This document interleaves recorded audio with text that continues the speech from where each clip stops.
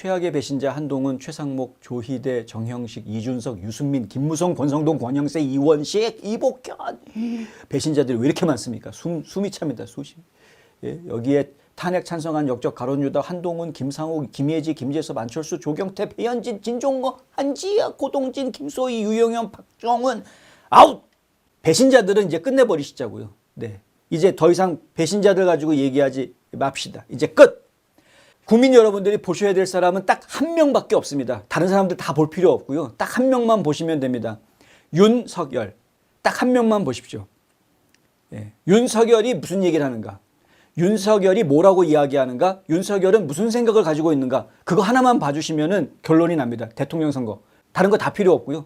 예. 다른 건 그냥 눈요깃감이다 생각하시고 즐기시고, 요번에 하는 6.3 대선은 윤석열이 무엇을 선택하는가, 누구를 선택하는가, 그것만 보고 계시면 됩니다. 그러다가 그대로 하시면 되는 겁니다. 다른 거 필요 없습니다. 간단하죠? 진짜 간단합니다. 이번 대통령 선거는. 다만 국민들이 해줘야 될 일이 따로 있습니다. 예. 지금 국민들이 더 복잡하게 수많은 후보들 열심히 챙겨보시고 할 필요 전혀 없고요.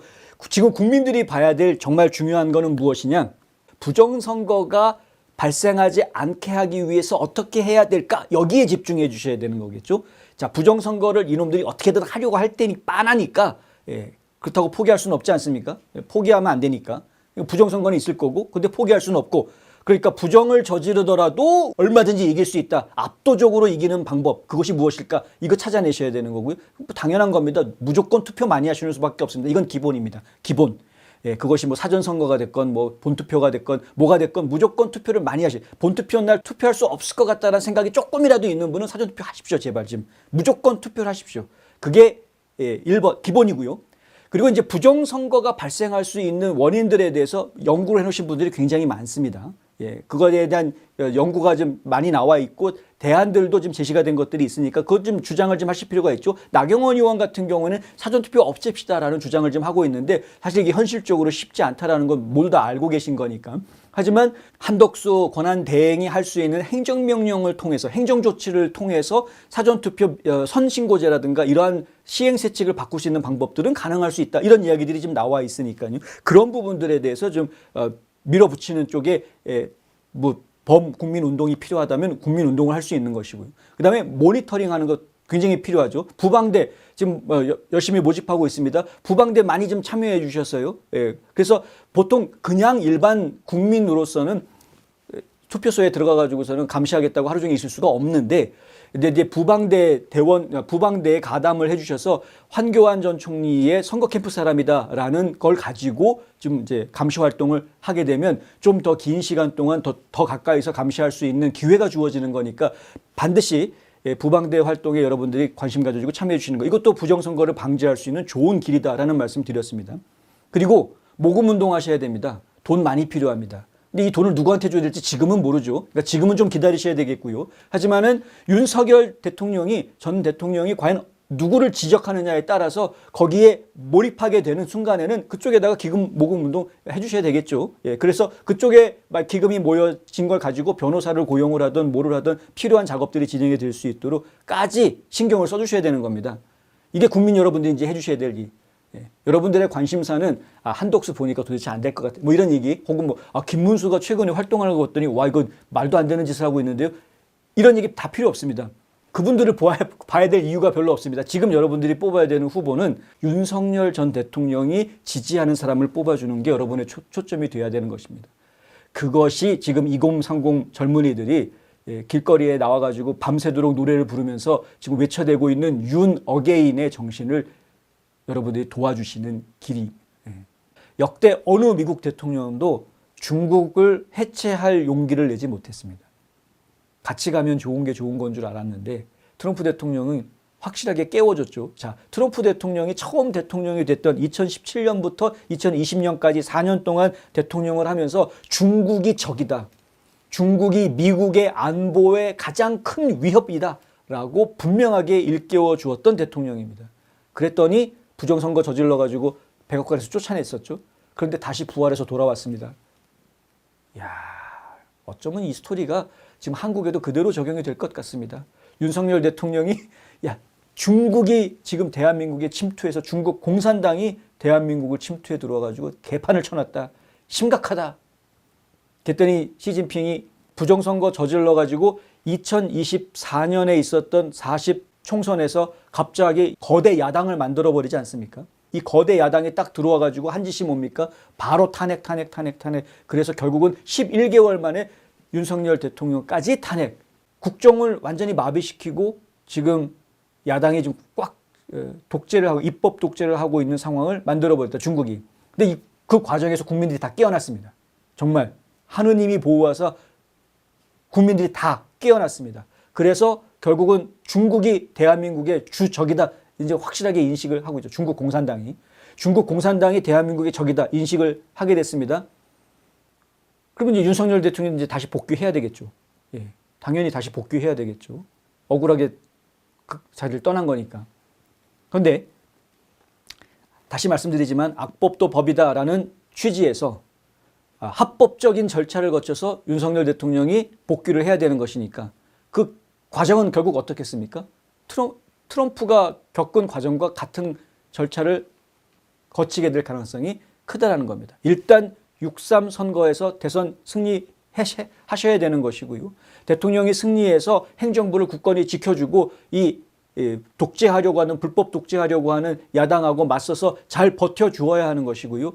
그리고 이제 2028년에 총선을 통해서 거대 야당을 깨부숴야죠. 아니면 그 전에 새로운 대통령이 윤석열 대통령이 지지한 새로운 대통령이 부정선거 문제를 강력하게 어필을 해서 부정선거로 당선된 사람들을 색출해내고 그 자리를 보궐선거하는 작업으로 진행을 시켜서 거대 야당을 깨버리는 그러한 작업들이 진행이 돼야 되겠죠.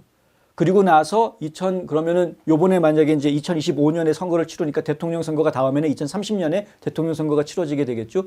그럼 2030년 대통령 선거 치를 때에 그때 윤석열 대통령이 다시 복귀해서 대통령 선거 치러가지고 대통령으로 돌아오면 되는 겁니다. 그거는 뭐 합법적으로 가능한 거니까. 그러니까 이러한 절차들, 이러한 그 합법적으로 대한민국이 법이라는 테두리 안에서 행정부를 지키고 국회를 정상화하고 그리고 다시 윤 어게인을 성취해낼 수 있는 이러한 그 과정들 불가능할 것처럼 느껴질 수도 있는데 이미 미국에서 해 보여드렸던 과정이었으니까 보여줬으니까 트럼프가 이렇게 할 수 있다는 걸 보여줬으니까 한국도 할 수 있다라는 긍정 마인드를 가지고 국민들이 뭉쳐주시면 뭐 불가능할 게 뭐가 있겠습니까? 하면 되는 거죠. 여러분들이 지금 이제 헷갈리실 수 있는 부분이 뭐가 있냐면은요. 윤 대통령을 만난 사람이 한두 명이 아니죠. 만나고 와가지고 윤 대통령이 나를 지지한다고 그랬으니까 내가 대통령 출마하는 것을 지지하고 있는 거다. 이렇게 바로 연결해서 이해하면은 곤란합니다. 자, 저희가 그 얘기를 좀 드리고 싶은데요. 대통령감으로 지지할 수도 있는 것이고 차기 당 대표감으로 지지할 수도 있는 거고요. 어차피 정치적 영향력이라는 것이 대통령만 하나 만들어 놓는다고 되는 것이 아니기 때문에 지금 국힘당의 지도부가 잘못되어져 있다라는 인식이 국민들 사이에서 좀 팽배해 있는 상황 아닙니까? 국힘당 지도부 이상하다 이거죠. 친중파들 아니야? 뭐 이런 비판들이 계속 나오고 있는 상황에서 지금 국힘당을 온전히 윤석열 당으로 바꾸는 작업이 필요할 수밖에 없겠죠. 미국 얘기를 또 드릴 수밖에 없는데 트럼프가 그렇게 했습니다. 이 공화당을 이끌고 있었던 특히 의원들, 연방 하원, 연방 상원 의원들을 놓고 이야기하면은 반트럼퍼 혹은 안 트럼퍼들이 굉장히 많이 자리를 차지하고 있었죠. 그래서 그들을 뭐라고 불렀습니까? 에스타블리시먼트, 기득권층이라고 불렀었습니다. 그러니까 기득권층들은 트럼프에 대해서 그렇게 호의적이지 않았습니다. 공화당인데도 불구하고 그랬던 것을 트럼프가 대통령으로 있을 때도 못했던 걸 대통령직 떠나서 말하라고 해서 정치를 하면서 리조트 정치를 하면서 그러면서 공화당을 트럼프 당으로 바꿔놨습니다. 물론 중간에 2022년 총선이 있었습니다. 그 과정, 그 절차를 아주 트럼프가 아주 최대한 활용을 했습니다. 그러니까 트럼프의 지지를 받은 사람들이 거의 대부분 다 의회로 들어가는 이러한 역량을 발휘를 한 것이죠. 그래서 공화당이 기득권층이 힘을 쓰는 공화당이 아니라 트럼프를 지지하는 마가 정치인들이 힘을 쓸 수 있는 공화당으로 바뀌게 됩니다. 숫자상으로. 그래서 트럼프 당이 됐다. 트럼프가 공화당을 완전히 장악했다라는 이야기들이 나오게 된 겁니다. 이 작업이 좀 필요합니다. 국힘당을 윤석열이 장악하는 과정이 필요합니다.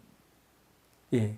그게 바로 윤 어게인의 한 방향이다. 이렇게 말씀드릴 수 있습니다. 그러면 국힘당을 윤석열이 장악하는 그런 과정에서 한 명만 있으면 되겠습니까? 대통령 한 명만 있으면 되겠습니까? 아니죠. 많은 사람들이 필요하겠죠. 많은 사람들이 필요할 겁니다. 예. 일단은 적어도 당대표 그리고 원내대표 그렇죠? 그 두 명만큼은 최소한 두 명만큼은 확실한 윤 충성파여야 되겠죠. 그래야 윤석열 전 대통령이 국민의힘당의 실질적인 영향력을 가지는 인물로 자리 잡을 수 있는 것이고 그래야 그 정도 정치력을 가지고 있어야 야당에서 함부로 하지를 못하는 것이고요. 예. 그렇게 갈 겁니다.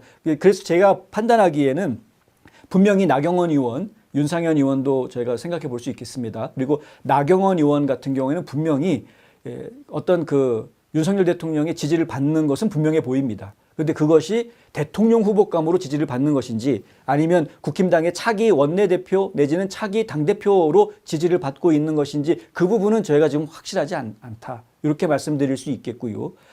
윤석열 전 대통령의 지지를 받는 지금 국힘당 의원들이 중요한 자리에 다 포진하는 작업들이 진행이 돼야 될 것이다. 그래서 국민의힘당이 윤석열 당이 되고 그리고 대선에서 승리를 하고 이러한 작업들이 계속 연이어 진행이 되면서 결국에는 윤석열 대통령 복귀라는 작업까지 연결이 돼야지 그래야 진정한 윤석열 부활의 역사를 만들어낼 수 있는 것이다. 이렇게 저는 그렇게 말씀드리고 싶습니다.